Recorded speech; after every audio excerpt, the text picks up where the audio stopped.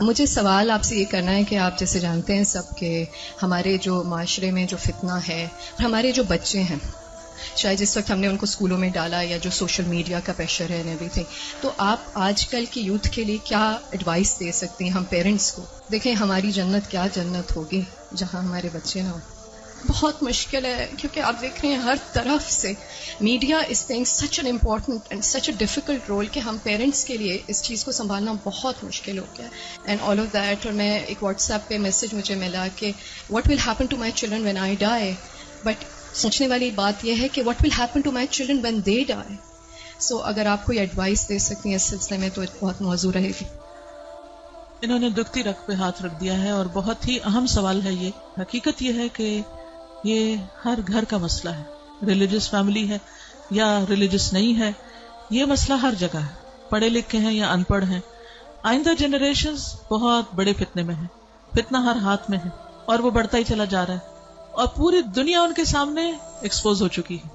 یعنی آپ کس کس چیز سے ان کو بچا سکتے ہیں، کس کس چیز سے روک سکتے ہیں؟ صرف ایک ہی حل ہے اور وہ روک اندر ہو، اور وہی تقویٰ والی بات ہے کہ جب تک ان کے اندر خود اللہ کا ڈر نہیں آتا، آخرت کی فکر نہیں آتی، اس وقت تک کوئی باہر کی چیز اب ڈھکی چھپی رہ نہیں گئی. آپ سو رہے ہیں، آپ کو نہیں پتا آپ کے بچے اپنی رضائی کے اندر کیا دیکھ رہے ہیں، کیا کر رہے ہیں، کیا سن رہے ہیں، کہ کانوں کے اندر کچھ لگا ہوا ہے، کچھ دیکھ رہے ہیں.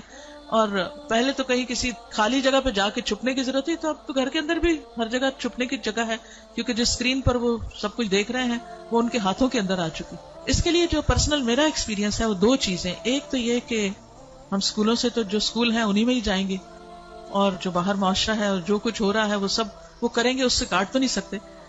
میں نے سب سے زیادہ جو دعائیں مانگی ہیں، رو رو کے مانگی ہیں، سجدوں میں پڑھ پڑھ کے مانگی ہیں، وہ اسی کے لیے مانگی ہے کہ اللہ میرے بچوں کو ایمان دے.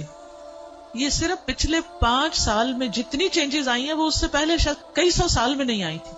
اور پھر دوسرا کیا کیا، یعنی اللہ تعالیٰ سے خود ہی مانگا. دوسرا یہ کہ ہر تھوڑے عرصے کے بعد عمرہ، اللہ کے گھر چلو، کیونکہ اللہ کے گھر کا جو جلال ہے، اور اللہ تعالیٰ اگر انسان کو کہیں سب سے زیادہ محسوس ہو سکتے ہیں تو وہ بہت جگہ ہے. یعنی ہمارے ملک میں، ہمارے گھروں میں، ہمارے ماحول میں وہ فیلنگ نہیں آتی جو وہاں جا کر آتی. تو الحمدللہ ان عمروں نے، اللہ کے گھر کی زیارت نے دل کے اندر تھوڑی سی جگہ بنائی اللہ کو پہچاننے کی. کیونکہ جب تک اللہ کو بچے پہچانتے نہیں، اس کی عظمت کو محسوس نہیں کرتے، وہ اللہ سے ڈر نہیں سکتے، تو وہ تقویٰ نہیں آتا دل میں. تو اس سے یہ ہے کہ وہ ایسی جگہ ہے جہاں اللہ ماشاءاللہ سب کو جا کر یقین ضرور آتا کہ کوئی ہے ایک جس نے یہ سب کچھ بنایا. پھر اس کے بعد یہ ہے کہ قرآن کا علم. میں نے سب سے زیادہ تکلیف دہ مرحلہ گزارا کہ جب میں نے اپنے بیٹے کو قرآن پڑھایا، تو پھر میں نے یہ ٹھان لی کہ کچھ بھی ہو مجھے اس کو پڑھانا ہے. وہ ایج ایسی تھی کہ جس میں کچھ نہ کچھ وہ سننے کے قابل تھا، ورنہ وہ ایج بھی گزر جاتی ہے تو پھر بچے وہ اتنا بھی نہیں سنتے.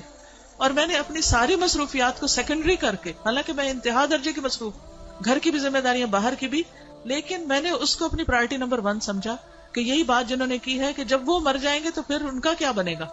یعنی ہمارے مرنے کے بعد تو جو ہوگا سو ہوگا، ان کے مرنے کے بعد ان کی قبروں کا کیا حال ہوگا اور ان کی آخرت کا کیا ہوگا. تو اللہ سبحانہ وتعالیٰ نے قرآن مجید میں فرمایا قوا انفسکم واہلیکم نارا، اپنے آپ کو اور اپنے گھر والوں کو آگ سے بچاؤ. ایمان والوں کو خطاب ہے کہ اے ایمان والوں اپنے بچوں کو آگ سے بچاؤ. تو پھر میں نے اس کے ٹائم کے مطابق جب اس کا موڈ بنے، لیکن روز کی شرط رکھی تھی کہ ہر روز پڑھیں گے تھوڑا تھوڑا، 2 آیتیں 4 آیتیں، 1 رکوع 2 رکوع 1 رب، اور اس طرح کر کر کے میں نے پورا قرآن اس کے ساتھ پڑھا کہ مجھ سے نہیں ڈرے، اللہ سے ڈرے. میری خاطر نماز نہیں پڑھے، اللہ کی خاطر پڑھے. میری وجہ سے کچھ مت چھپائے جو دیکھ رہا ہے، اللہ سے ڈر کے چھپائے. تو یہ کسی حد تک فائدہ مند ہوا. یہی ماؤں سے کہوں گی کہ ساری مصروفیات اپنی جگہ ہیں، لیکن بچے آپ کی پرائرٹی نمبر 1 ہونے چاہیے. ان کے لیے کھپ جائیں، دعائیں مانگ مانگ کے بھی، اور اس کے ساتھ ساتھ ایک دفعہ کم از کم قرآن سے ضرور گزر جائیں. کیونکہ جب وہ قرآن سے گزر جائیں گے پھر ایٹ لیسٹ آپ کی رسپانسبلٹی نہیں رہے گی. اللہ ان کی سب خیر کرے، لیکن اگر خدا نہ خواستہ ان کے اندر کوئی بگاڑ آتا تو آپ کی پکڑ نہیں ہوگی.